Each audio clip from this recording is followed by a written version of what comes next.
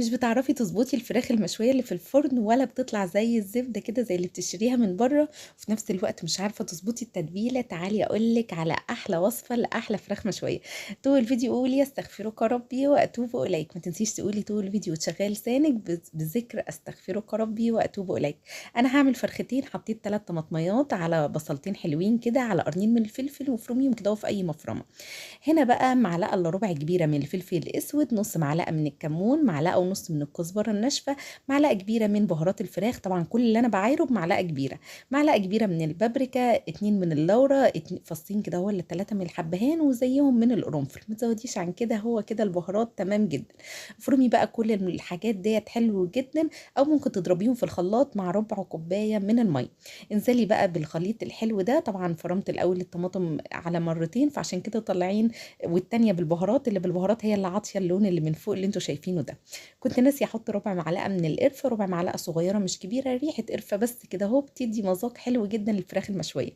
لكل فرخه بتاخد ليمونه كامله ومعلقه كبيره من الخل وحوالي معلقتين من الزيت. تعالي اقول لك على احلى حاجه بتحطيها للفراخ المشويه بتوديها في مكان تاني خالص، وهي رشتين من النعناع الناشفين كده، وحطيهم بقلب جامد وهيكونوا حلوين جدا. حطيت تقريبا معلقتين صغيرين من الملح وبس كده. قلبي بقى كل المكونات الحلوة والتتبيلة اللي ملهاش مثيل دي في الفراخ، وكل ما قعدتي الفراخ اكتر في التتبيلة كل ما مذاقها احسن. يا سلام بقى لو قعدتيها ليلة كاملة بتطلع كده اهو طعم التتبيلة مفحفح جواها ورهيبة جدا. طبعا بتغسلي الفراخ بالدقيق والملح وتدعكيها جامد وتغسليها جدا من الدقيق، وبعد كده تعمليها في محلول النقع وتشطفيها شطفة خفيفة وتنشفيها كده من اي ميات، وبعد كده تبدأي بقى ايه تنغزيها كده علشان التتبيلة تدخل كلها. والصدر بتاعك لو كان حجمه كبير افتحيه كده اهو وافرديه علشان التتبيلة تدخل جوه اللحم. في المرحلة بقى دي طبعا انا هسيبها كده حوالي 6 ساعات كده ولا حاجة. لو انت ما عندكيش وقت ممكن تحطيها على شبكة ولا حاجة لو انت مستعجلة يعني، وهتطلع او هتاخد طعم ومذاق حلو جدا. بصوا بقى بتفردي كده اهو الجناح عند الجناح كده اهو، تروحي قطعة الصدر بالطول وتروحي فرداه بالشكل ده كده اهو. وادي الورك بقى بتبداي تديله النغزات كده اهو علشان ندخل فيه التتبيله الحلوه. يبقى بصل وطماطم وفلفل وبهارات فراخ وملح وفلفل اسود وسنه كمون ورشه صغيره جدا من القرفه، ومعايا كمان بابريكا عشان هي البابريكا اللي عاطيه اللون الحلو ده.